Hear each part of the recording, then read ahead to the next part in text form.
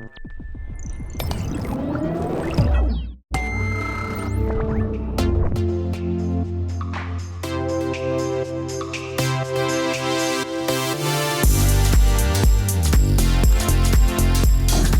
so ladies and gentlemen, we've actually come down to the very last part of the day, last section of day number 2. So we go back yesterday, a full day of the Urban Mobility Summit 2019. That was a very successful, productive, healthy discussions going on all throughout the day. This morning, today again, lots of great ideas and advice, and we finish off on something a little bit different, something a little bit special as well. So when I say to you, the fully charged podcast or actually YouTube channel as well, some of you in the room will know exactly what I'm talking about, some of you will not. Well, basically this is in fact probably one of the it's actually one of the leading channels in terms of podcasting, and also on YouTube as well, in terms of electric vehicles, in terms of renewable energy, and pretty much everything in between as well. So if you haven't already seen it, I'm sure you'll hear about it as this session goes on. So you have to look at it and see what's going on, because what's going to happen right now is this is actually going to be recorded and it'll be out live sometime next week, I believe. I'm not going to say too much more about what's going to happen. I'm intrigued as much as you are, really, to hear what's going to go on. Lots of value about to be shared as well. Ladies and gentlemen, please put your hands together for the Fully Charged podcast with Jonny and Robert.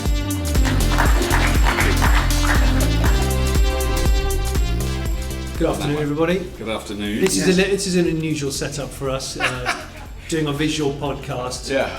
Which is sort of a broadcast. I don't even know what we're calling this. But we're recording. We've just set the microphones up, so I'm apologising already for being a bit late to start. So we're in for the benefit of the listeners. We're in Paris. Yes. And we're at a mobility and autonomy event. We're going to do our podcast news. So we do news every week. We do a podcast every Monday. This will go out next Monday. Robert's just still setting his stuff up. I'm still setting up. You making sure I'm recording. Making sure we're very professional. We're very, very professional. And we're going to talk about some of the most recent news features, because people like listening to that on the podcast, don't they? The joy of being on this show, Fully Charged, is that we actually get to talk about not just electric vehicles and everything from e-bikes upwards, but we also talk about the big picture of green energy, renewable stuff as well. So my background's mostly cars. I'm a motoring journalist by trade. And Robert, your background is, you're an actor. Well, no, I'm not. I'm a terrible actor, but my background is a lot of science and engineering presentation on traditional television. And so Fully Charged just came out to 10 years ago. We're about to have our 10th anniversary. It took 2 years to get 1 million aggregated views over when it started. It's now gets about 1 million views a week. So we've seen some very extreme growth in the interest in what we're talking about. I think that's the fairest way of doing it. We have no ability to show you footage, because this was rather chaotic arrangements today. But we could, the production value is very high, so it looks like broadcast television. And a lot of people say this is better than real telly. Don't even know who knows what real telly is. You might not believe us by sitting and watching. Yeah, but if you haven't seen, I don't know, let's do a quick hand count. Who has seen Fully Charged ever? Oh! Is that nearly half the people here? Yeah, I'd say it is. Because one of the interesting things YouTube allows you to see is a breakdown of where your viewers are. And the majority of our viewers in North America, in USA. The next biggest lump is in the British Isles, I prefer to call it, rather than the United Kingdom, because it's no longer united or a kingdom. It's not great anymore, either. It's not great. Can't call it Great Britain. British Isles is a really good, because it's just some damp islands off the coast of Europe. It's the best description. So that's second. Third is generally Germany. Fourth is Australia and New Zealand. And really, really, really low down is France. We have very few viewers in France. We have 4 subscribers and very keen supporters in Chad, which I'm very proud of. Is that true? Yeah, we have four people who subscribe, and one of whom supports. So we also run this thing called Patreon, which is voluntary subscription service which helps us to keep the show going. And one of the Chad people is a $2 a month supporter on Patreon. Well, thank you, Chad people. I know, amazing. So I think it's time France caught up. Which is why we're here. Yeah. And as you can see, we're really going to change we'll move on. So we're going to do some stories, and then we're going to have a quick chat with, I'm going to say it wrong, so please forgive me, Yael. Good. Yael Rivkind from Otonomo and Benoît Jacob from Byton, which we're very excited to hear what they've got to say. And also we have only one chair for two people, which is slightly awkward because there were two chairs there earlier on, so I don't know how we're going to... Well, I mean, if you're just listening to this on a podcast, we could have faked that and not mentioned the fact there's only three chairs for four people. But it will become awkward. It could be socially at some awkward. point. Yeah. So let's get on with the news then. Then we'll introduce our guest. Because the big story for us in the British Isles is all to do with lovely Sir James Dyson. A slightly controversial figure recently because he's a very keen Brexiteer, isn't he? He's very big on Brexit. He moved his business out to Singapore. So that's what you do when you support Brexit and you want to have independence for the British Isles, is you immediately move your manufacturing base to Singapore. And he's been spending a lot of time in the last, it's about when did they start? 2016, I think, developing an electric car. And I've met a few of their engineers that work there, and they're absolutely strictly not allowed to talk about it. But one of them, I kept saying, "You don't have to tell me," and he then would tell me more. I remember you telling me. Yeah. And so they were quite advanced building electric vehicles. They were going to develop solid-state batteries for them. That failed. They were a beautiful design. We've seen drawings of it, but not the actual. No one's seen the finished thing. They're testing them on an airfield in the south of England that's all been fenced off so you can't see it. No one's seen it. And then last week he announced that they're not going to do it. That's it. They're going to just make vacuum cleaners and hand dryers, which is good. You know, they're good at that. Actually, I don't think they are good at that. No. I'm just going to put this out there. The vacuum cleaners are overly complicated. Very complicated. Weirdly, the day that this announcement went out, I was in a vacuum cleaner repair shop. Wow. True. With a Dyson? No. I don't have a Dyson anymore. No, actually, I do. I've got a DC-01 in the garage. But anyway... See, Johnny knows the make and part number. That was the first Dyson. Yeah, I had one of those and it didn't work. Well, no. That you've just... Yeah. Right. So I was in the vacuum cleaner repair shop and I said to the older gentleman running this fantastic shop that wholly endorses mend and make do. And I said, what do you actually think of Dyson vacuum cleaners? And he sort of looked around like there was nobody else listening and he went... They're overly complicated, and they've actually got quite a cheap electric motor in them that they buy off Panasonic. Wow. Oh, they don't make. And the Panasonic vacuum cleaner that has the same motor in it's £80. Right. And the Dyson's 340. Yeah. So yes. I'm not going to say that out loud because I sell quite a lot of them. Yeah. Because they're huge in the United States, Dyson. They're very popular. The vacuum cleaners, people love them there, but less so in the British Isles. So that was a story from the BBC about that. Did you find out any more about that when Johnny? Well, what was weird is back in May this year, Autocar did a really fantastic one-to-one interview with James Dyson, who was all bullish and he's saying this is why we're buying an electric car, and this is why my bold future lies in the electric car. Because back in the 90s, he was experimenting with. He was looking at battery technology in cars anyway. And about ways to collect diesel particulates. Right. And apparently nobody was interested in either of those things when he was researching them in the 90s. And of course he's very famous for sucking technology. Yeah, but I mean, I think we should give him his due. You know, he's done some amazing bits of clever engineering. Don't get me wrong, I think he's... I mean, I did start this conversation on a bit of a downer. And I apologise in advance. And the other thing I wanted to mention is those hand dryers. Yeah. They dry really well. They do. But where does all the water go? Down the wall and on the floor. On your shoes. To me, that's not a finished solution. No. I'm no engineer. If you're going to throw water off a hand, where's it going? Yeah, you need a little bucket. Because otherwise you slip on the floor and people see you. The dippy ones, where you've where it blows either side of your hand. Yeah, but where does the water go? Well, that goes into a trough. And then it goes mouldy. Have a look next time you do it. Yeah. It's not a solution. No. You don't want to touch your fingers right to the bottom. Grubby. I'd rather wash your hands again. But the more important part of this Dyson conversation is that, well, the thing that confuses me is that he was going down this road and has obviously invested billions. Huge amount of money. I mean, a lot of money. And it's looking very promising. Why has he really stopped? Yeah. My hunch, and if there's anybody listening or watching this here who can give me more information, I think he's realised that Tesla started as a technology company and then became a car company. Right. And I think he's realised that Tesla didn't make money for over a decade. Yeah. A lot of people argue they're not making money now when they're losing money. Well, but they're producing a lot of cars. Exactly. So is he just going to carry on, and I believe he is, with battery technology, which he can then sell to existing manufacturers, thus bypassing this very complicated world of building a car, which it is a complicated world. Building a car is really hard. Well, we hope to find out how difficult it is to build a Byton. We'll find out in a matter of, 20 minutes? Very, very few, even less. Let's move on, because I just want to do a couple of stories. I just think this is worth mentioning. So I went in a laboratory in Oxford University a couple of years ago. We did a programme there, amazing battery research they're doing, and it was the laboratory that an American professor called John Goodenough, effectively, he didn't do it quite on his own, but he really moved forward the lithium-ion battery. This is in the early 1970s. There was no role for it, the rechargeable battery that you don't throw away, that you recharge. He is now 94, I believe, or 95. He's still working on battery research in Texas.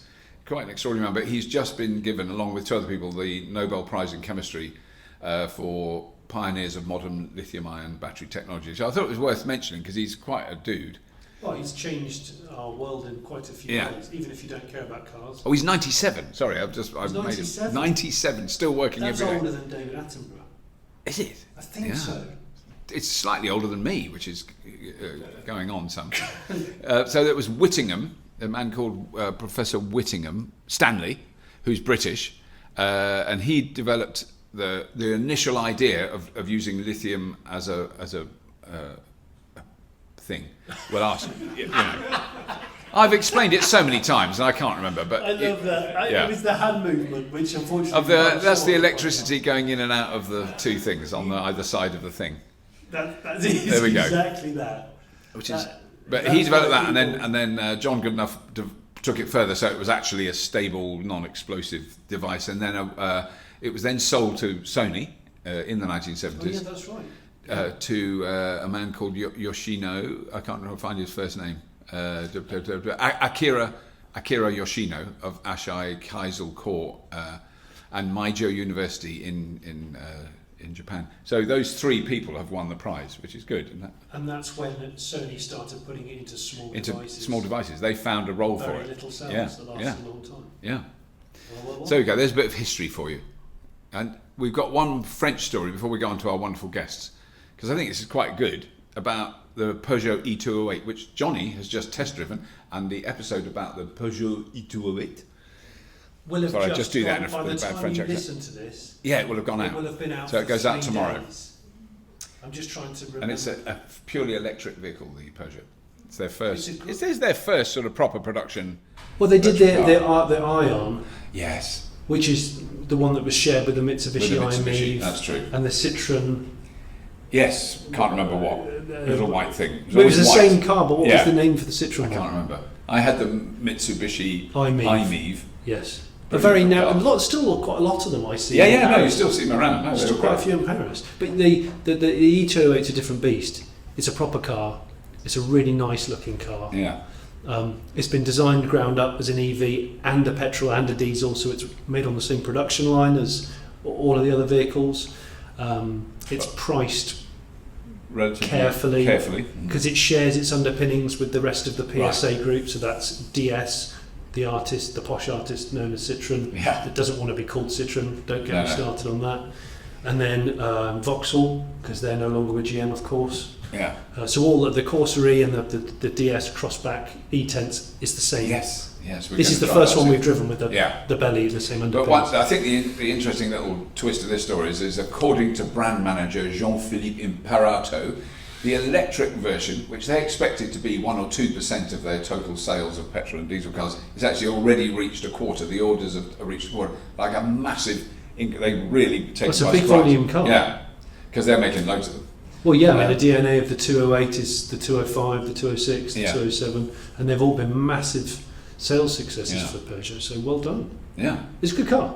You liked it? It's a really cool little piece of design. Good. Should we? I'm just seeing how long, because we've got to keep an eye very strictly on the time. Rattle on. Yeah, because we'll rattle on, talk about hair dryers and hand dryers.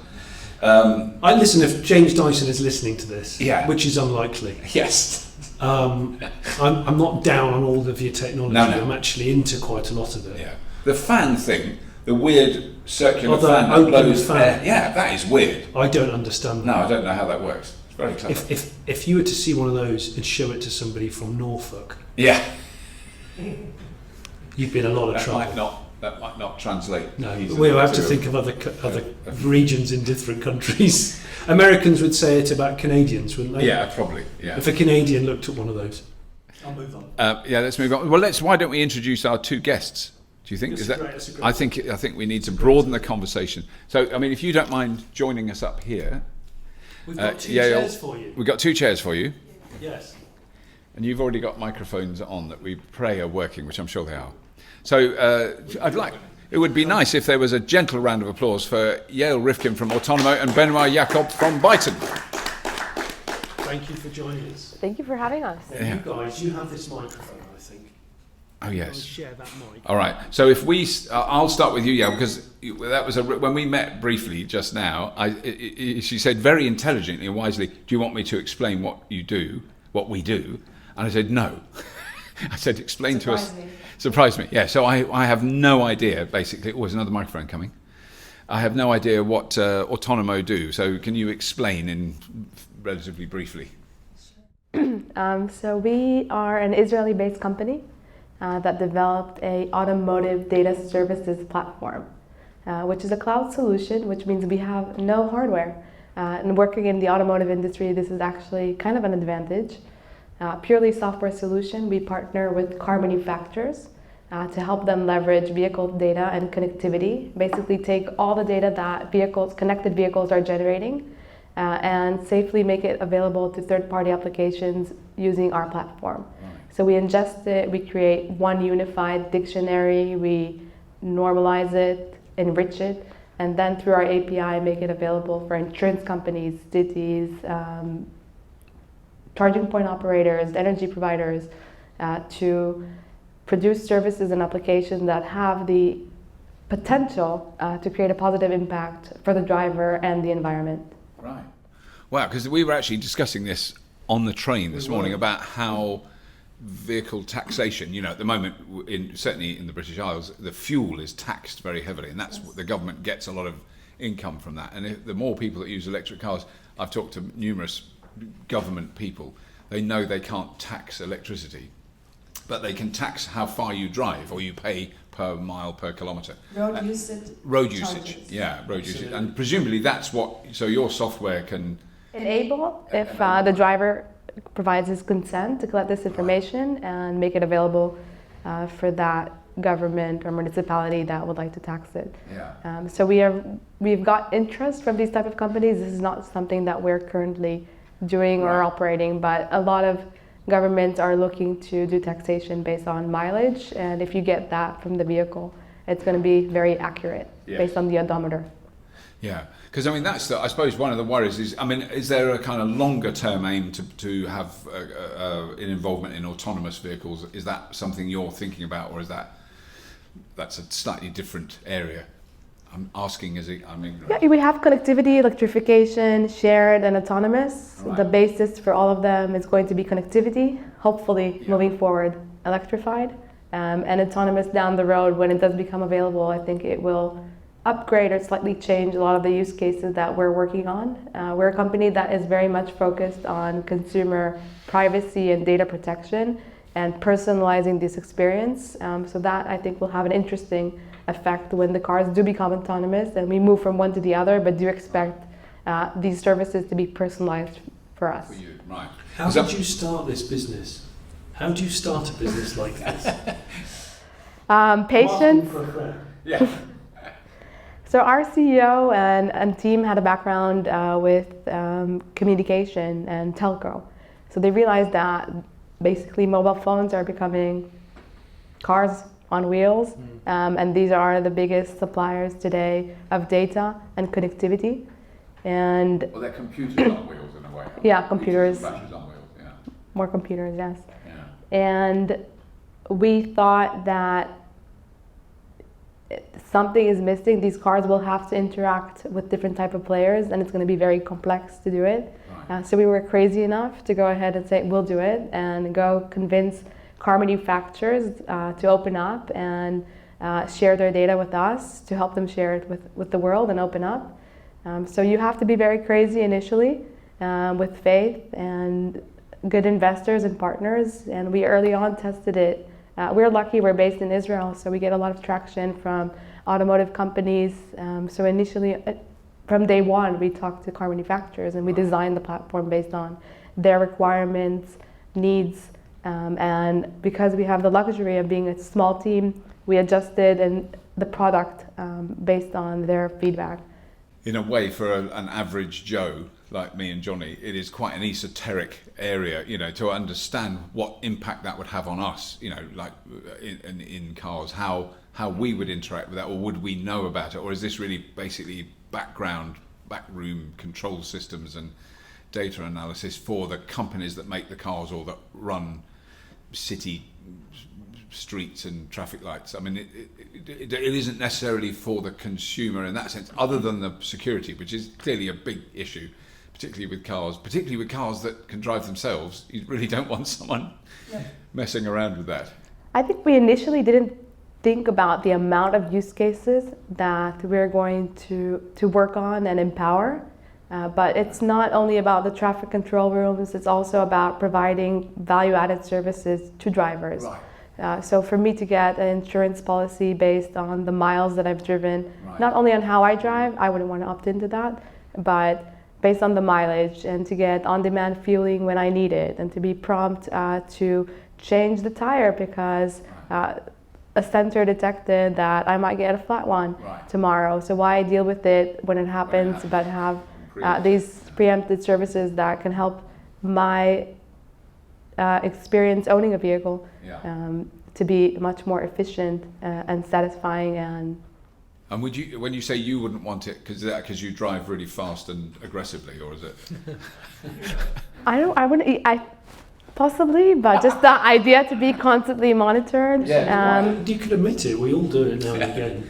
I very rarely do. When I'm late, I'm a bad driver. I'll admit, but I would just rather have an insurance policy based on my miles, and not something that could be subjective to a risk profile, but a specific insurance. This is me. Others might opt into something else. But I'm sure insurance companies, they're going to love it. I was about to say that. I mean, obviously we're in a world now where there's monitoring systems in cars for young drivers in order for them to get insurance in the first place, and then a point system for if they behave themselves. Certainly the first year of driving. Yeah, my is son the had that critical when he passed his test, and my daughter as well. Yeah, my Very advanced in the UK. They're like 1990s tech. It's a black box that they plug in. So the idea is that the black box is becoming redundant because car manufacturers are investing in vehicle connectivity. It's built in, and to have that black box installed and delivered is an operational hazard and a bad user experience. So to be able to get that through a simple API call is something that is completely different. And also from a driver perspective, I don't have to plug in that device and buy it for not too much value. Yeah. Can we move on to Byton? So Benoît, Jonny and I have heard a lot about Byton. I don't think I've seen one. You've seen one at... I was at the Frankfurt Motor Show, and you guys had the M-Byte there, the SUV.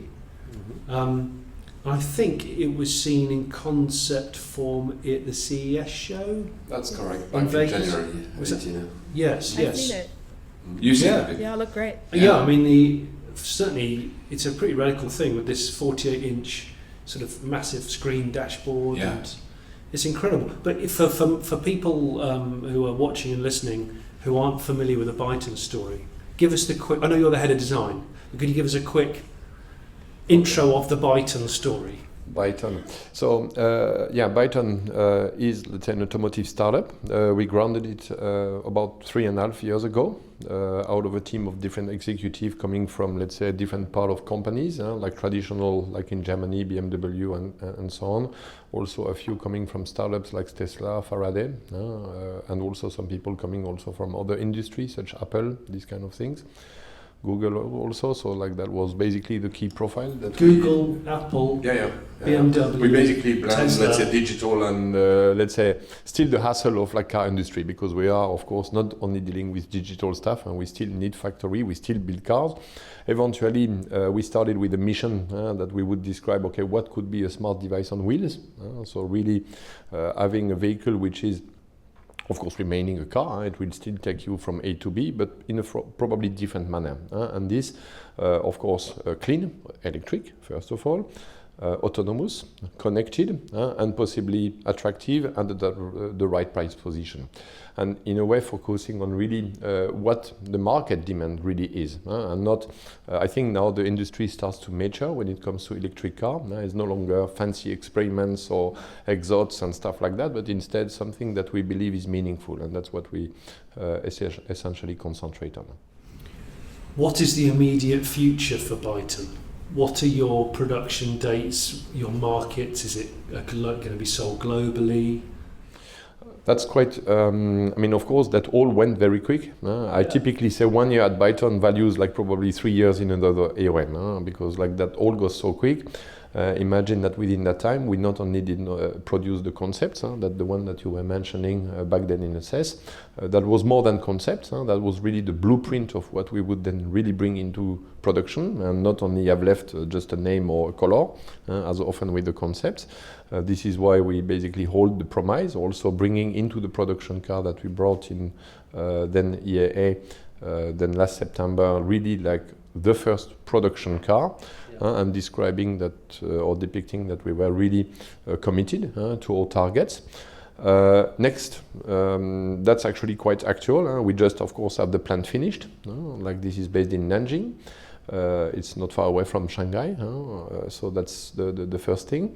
Then we bring, and actually next week, actually that's interesting because we build the first production or prototypes out of the tools, so production tools, and no longer prototypes, so like really the real samples and stuff like that will still go into, let's say, some testing, of course. And we expect to hit the market, let's say, from the second semester next year, and first in China, and later on, let's say, Europe and the US. Wow. That is fantastic. I mean, it's been interesting, because one of the stories I read when we were on our way here today was about the which is my concern, the drop in sales of electric vehicles in China, certainly this year, because I think there was sort of government support for them, which is... They now shift more or less the resources also to the infrastructure, which is also equally important. There's always a good plan in China, so to say. And of course, there were like for the last 5 to 6 years, like really a lot of incentives to really produce, let's say, like the product, but now we have, of course, to give this product also a context, because like mobility, when it comes to that, we can only provide one part of the solution, but we need also the different partners, be it like digital, infrastructures and all that. And this is also what is really like changing the whole industry, because it's no longer a one-man show where one company would basically provide the solution, but the solution comes out of a synergy of different providers, actors, and I think, Yael, you're one of them, and I believe that we may probably interact with your services, because the business model when it comes to electric car is completely different. You were mentioning Dyson. They've probably figured out that it is capital intensive. That is not so easy, especially given the fact that the customer are not really prepared to pay much more. But you have to bring more technology into the car, and you have to find a way also to get, like, let's say, some sort of sponsoring or balance the cost of ownership, probably not only to the driver, but into some solutions you were mentioning, for example, insurance or protect as you drive, I would say, and probably find some ways to make also, let's say, the whole offer very attractive, because there's no change possible. I mean, actually, one of the things I thought about Dyson when I was having a snooze was... you were dreaming about I was dreaming about Dyson and VW, because actually I think if I was working at Dyson developing what is relatively small electric vehicle, a lot along the lines of a Golf size, Volkswagen Golf, and then you see the launch of the VW ID from basically one, if not the biggest, one of the biggest car manufacturers in the world, with staggering amounts of money behind it and billions of pounds being put into battery development and securing batteries, and they will be producing hundreds of thousands of cars. If I was with a little team of engineers in Wiltshire with Dyson, you go, I don't think we're going to win. I think that might be. I'm interested to know the opinion of you guys on the Dyson thing. Actually, why do you think they have stopped their plan of building a full car, but they've seemingly said they're going to carry on with their battery tech? Is it what we predict, that they're going to just sell the tech to other OEMs? I wish I would have an opinion, but I know so little about it that basically, like, you can't even have one. You've not had any contact with them, for instance? Not at all. Not at all. I don't even know any friend, actually, even in the design community, which is relatively small. We know quite well each other. No idea about Dyson, total black box. Yeah, it has been. They've kept it so quiet. It's quite remarkable because they've clearly done a lot of work and no one knows. Yeah, but they probably figured it out, and that happened the same with Apple. Like Apple back then also had some prospect to do. They even hired a team to do that, and they probably said, I believe Apple could really afford 100 times to build a car. You could buy it. Yeah, simply, very simple. Well, yeah, I mean, and that's probably the quickest, easiest way of doing it these days. Yeah, a Google and Apple can buy a car company today with their market share very easily. I don't know. We're not trying to build a car. We know how difficult it is. Yeah. So we're coming from the angle that it's a mission impossible. You wouldn't believe. Yeah, I think you've taken a very sensible choice. Yeah, if you think it's crazy to open a startup and sell to manufacturers than to build a car, that's even crazier. It is a very complicated process. There's no doubt. Yeah. So we come from the angle that these are the number one players in getting you from point A to B in a safe way possible. Yeah. It's very difficult to do. When it comes to data, that's not their core competence. And we're looking at the e-mobility supply chain. The vehicle will have to interact with the infrastructure. There will have to be data exchange and processes between the different players, and that is government, municipalities, charging point operators, energy providers, car manufacturers, in order to us to increase adoption of EVs and reduce the barriers, and the car will have to interact with the infrastructure.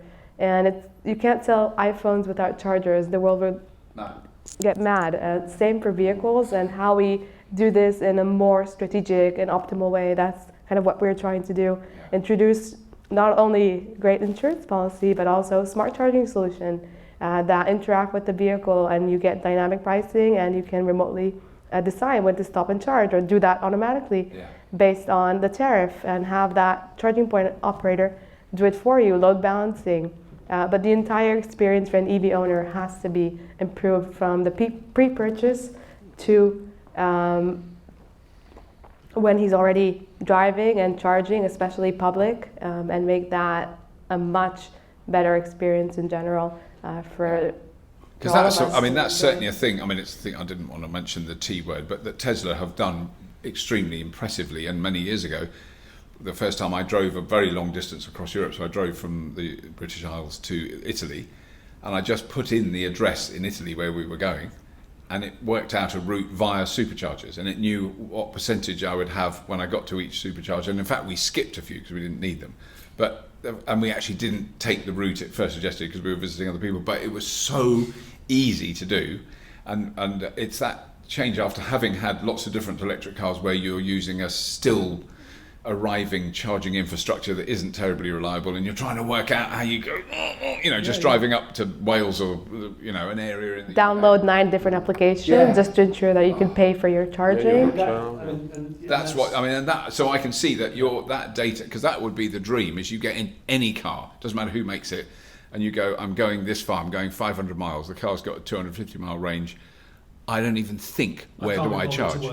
Good problems to have today. You have queues also in public charging, especially in California. We're seeing that. And Norway as well. We've seen some big queues in Norway. So how do we solve that? How do we navigate people based on their current state of charge? But this data has to be available for companies to access and build these type of solutions for EV owners.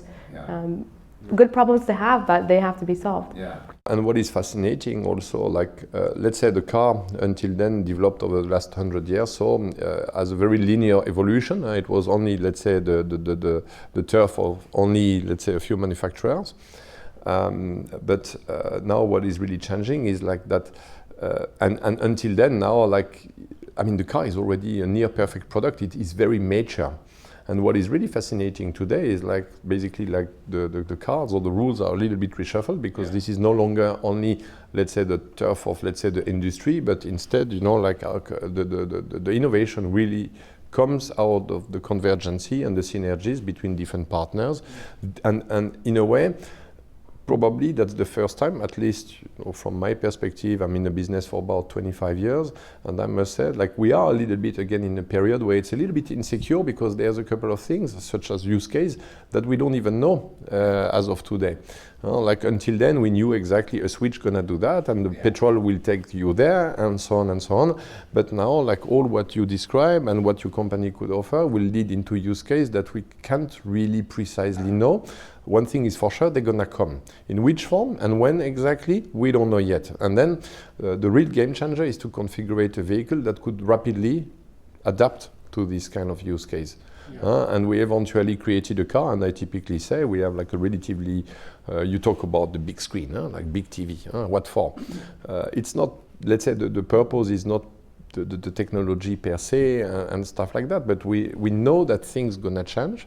We're gonna have to deliver, in some case, digital content, probably as legal and, let's say, technology context will evaluate. It could come maybe quicker or slower, we don't know, but at least we have to make sure that we get ready out of a canvas that basically enables use case to really happen in the best possible context and environment.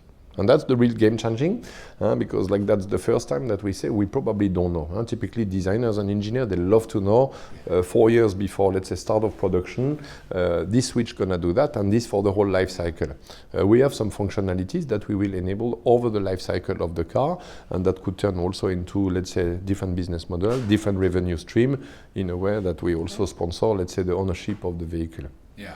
Because I mean that is, and I think what's exciting, certainly from my point of view, of being a relative newcomer into observing the automotive industry, is I wasn't that. Jonny's always been interested in it, and I really respect that. But was never that interested in it, because it was just the same stuff. It was 5 or 6 really big companies that every year brought out a new model that had a slightly different front, and the badge was different on the back, and it was like, and it still had a petrol engine, it still had a diesel engine, it still had, you know, it wasn't that bothered. Until the electric car came along. And I mean, I don't know if it's true, but I don't know when the last new car company was founded that became a success, but it was probably before 1939. It's certainly a long time ago. It's a very, and very suddenly there's now, I mean, you know, and they're not all going to succeed. We all know that. So we've made some terrible fun out of Faraday Future. You know, there's an old 70s rock band in England, fictitious, that we call Faraday Past, and we've even got T-shirts that everyone loves a Faraday Past T-shirt. People do like a Faraday Past. And it never existed. The band never existed, but because Faraday Future just felt like that's. It's a gut thing. When I saw that, I don't think that's going to work. Because it was too much too soon. Brilliant engineers clearly behind it. But then Lucid, we've just done a show about Lucid. Lucid looked like they might make it. Rivian, really interesting. Yeah. That makes a lot of Neo, sense. Fascinating. Byton, you know, there's a lot of them. There's a lot of wannabes, but how much will really go through? It's going to be tough. And to that end, how do you create a car company to be successful so quickly? Which is where you're at with Byton. You haven't got a legacy to rest on like a traditional manufacturer which you probably worked for over the years. You know, manufacturers which have been around for decades. I mean, successful, I would say we didn't sold any car yet. We will. So I would not yet assess that we completely succeed. Yes. We are aiming at that, and we work. Realistic. And I think what we did, we defined also on corridor, because we are not basically, and you were mentioning, let's say, our friends from Faraday, the idea was not to tell the world we are the most clever and we're gonna change and everything. We are a bit more low-key. We innovate where we believe it makes sense, where it's meaningful from our perspective, but there's also some areas where we don't innovate so specifically. For example, the body is fairly conventional. That helps you to basically get the cost maintained and under control. There's no, we don't use carbon or any fancy material because again we concentrate on. I mean, we talk not about a brand shaper or an exotic car.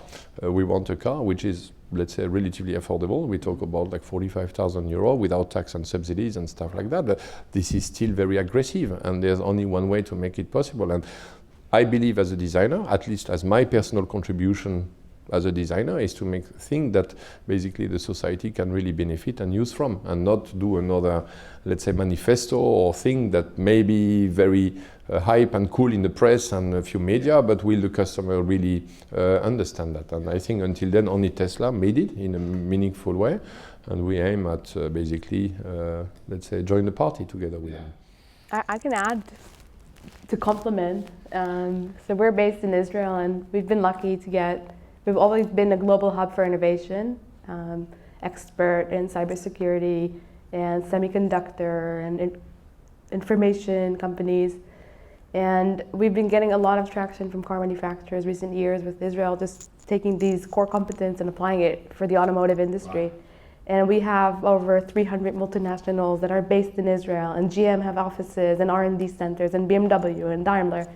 And we've been getting also a lot of representatives coming from Byton, which is exciting for a relatively small, new car manufacturer to already understand that they are shifting. It has gone through, the industry has gone through transformation, and they have to be where the innovation is happening, where the technology is being produced, and to see them, I think it was 2 years ago already, on the ground in Israel, talking to all these new companies and sensors, and being there on the ground. Shows a lot to kind of their perspective and way of thinking, and I think for me it was personally very exciting to see this early on. I was just about to talk about onboard technology, which is where you can both probably chat about it and have an opinion, because whenever I'm testing a new car with EVs now, of course, because there's more and more technology built into cars, we're in a situation where I can't help thinking, should the car have less tech in it, but it just delivers the tech, via a phone that docks or via over a cloud kind of update? Because otherwise the tech becomes obsolete so quickly now. I mean, if you look at a car that's 10 years old with 10-year-old sat nav and 10-year-old audio equipment, CD player.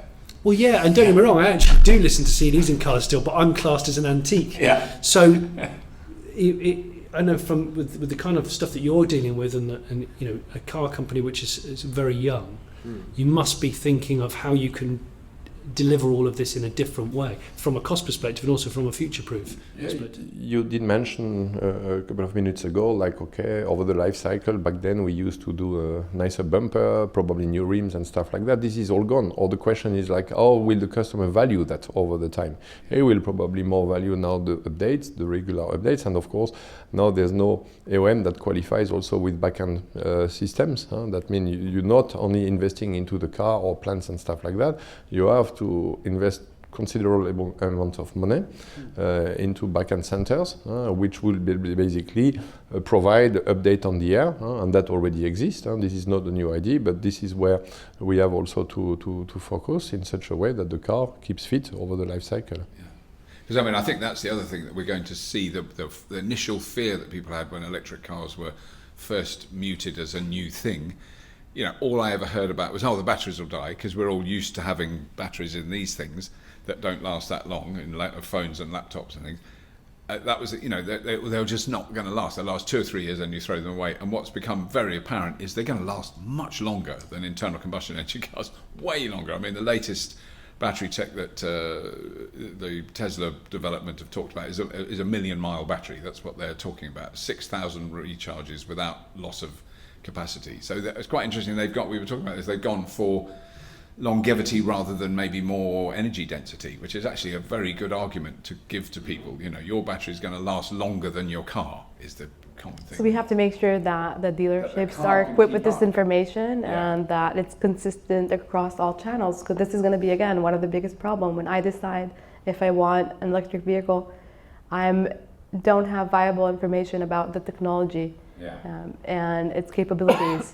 So we're reducing range, and prices are reducing, more models, but the miscommunication and lack of information about the technology is huge and is going to be a main barrier as well. So dealership will have to be, when I go to purchase an EV, I need to know this kind of information. Less visits to the garage, maybe less attractive for some players, but very much so. Huge value for us, and people need to become more aware. It's a different model, isn't it? In fact, in about 3 weeks, I'm going to a Renault dealers conference, which was the sort of thing I wouldn't have dreamed of even knowing existed a few years ago. But it's to talk to the dealers, the dealerships that sell the cars, about electric cars. I've done it once before, and it's the only, I'm just going to check if anyone's asleep. No, it's the only audience. It was full, a theatre this size, absolutely full, and it's the only, did I do that? Just a bit of water on the laptop. It's good, they like it, it's washed it. Yeah, it's all fine. But there were some people asleep when I started talking, and 3 of them at the back, and they were still asleep when I'd finished. And I thought, because I was making jokes about it, I said, I won't talk too loud because those men are asleep at the back. And brilliant. So they slept through the whole thing. But the battle that the big companies have to convince their dealerships when they are in that position, because it's not always the case. There are some dealerships that are really, like with the Renault Zoe, amazingly proactive. They sell thousands of them, and then there's another one 500 miles down the road that has never sold one. He won't even allow it because it's not a real car. So they've got it's a difficult problem that they face. There's no answer to that. I wasn't expecting that. No, but the good thing is, like you were mentioning about the battery, and that was the good surprise, because of course now, like over the years, so many cars were able to put so many billion kilometers all together that now there's really a certainty that it is in a way more sustainable because it lasts longer. That's actually a problem with the dealer, these electric cars, and that's why they don't like that, because they don't wear. They stay forever. You don't use the brakes, you don't have like mechanical components. Now the battery lasts longer. Cars are no longer rusting for many years now. So which in a way balance relatively quickly also the CO2 let's say equation, where of course you may need sometime a bit more energy to produce the battery, but you break even relatively quickly just over the life cycle, simply because like they just don't wear. And that's actually a big problem for the dealer, because they hardly find a business model, especially with after sales and service. Yeah. So I mean, that is a crucial role for your company in a way, to help find ways for people who sell cars or who supply cars, lease companies, because we always lease cars. How do you make that model work? I have a Nissan Leaf from 2011. It has had 2 services now in all that time, just 2. And it's perfectly fine. There's nothing wrong with it. The battery was, I would say the battery was rubbish when it was new, and it's still rubbish now. It was never a very good range, it didn't have excellent range, but it's still very, very usable. I use it all the time. Reliable. And incredibly reliable. Nothing's ever gone wrong with it. So that, from the point of view of Nissan, they sold a car and they made no more money out of it, effectively, a couple of £100 in 9 years. So I think they expected to come from the data. So McKinsey put a very nice number.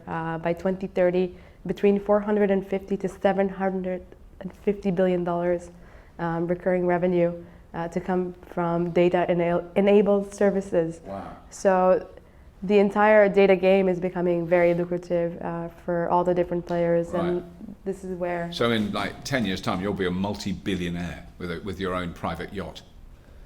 I'm not sure. Me, definitely not. But we're building a big company, and definitely. Yeah, no, you might. You never know. But you might not want Maybe to buy a Byton to start with. It would be a solar-powered yacht, and it would be a very It would be built out of fibre, recycled T-shirts. Bottles. Yeah, bottles. Yeah, but the data aspect and how we license it and introduce new business models, this is going to be an interesting game that is developing now as we see more of these vehicles on the road. So it could be for smart charging, it could be for insurance, it could be for retail. Why not get your packages being delivered to your car and use that as valuable real estate? So we're working with many different companies on these type of use cases to understand there isn't going to be one killer app that is going to bring a good ROI on the investment for the vehicle. It's about having access to multiple services that I would like to connect to and have the ability to benefit from. Yeah. That is very good. We're going to have to wind it up, Jonny, because we're not allowed to overrun. What a shame. And our huge audience probably get restless if we carry on. Yeah. So, but thank you so much, Yael Rivkind and Benoît Jacob. Please give them a round of applause. It's been fascinating. All I want to say is thank you to Autonomy in Paris, where we've had a lovely day, although I've been a bit under the weather. It's all been great. We haven't had that long to look around. We came here 2 years ago. If you're interested in what Autonomy is about, there's a show on Fully Charged from about 2 years ago when we came here, and I tried to ride a single wheel. That was embarrassing. One of those single wheel things with one wheel. Oh no, bad idea for a man like me. Yeah, but so it's a fascinating show.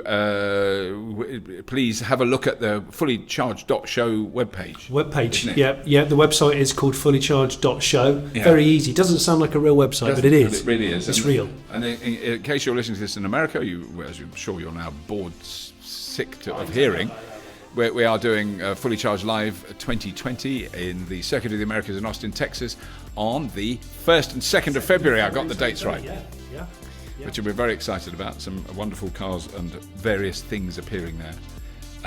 If you haven't already been aware, there is a YouTube channel, and that is the main part of Fully Charged. We're almost telling our audience that. YouTube. They're all now immediately Googling and finding Yes, youtube.com/Fully Charged Show. Yeah. But thank you very much for listening. Thank you. And for coming if you're here and you're actually looking at us. Yeah. Yeah. These are comfy seats, so they've just come in. No, they're very comfy.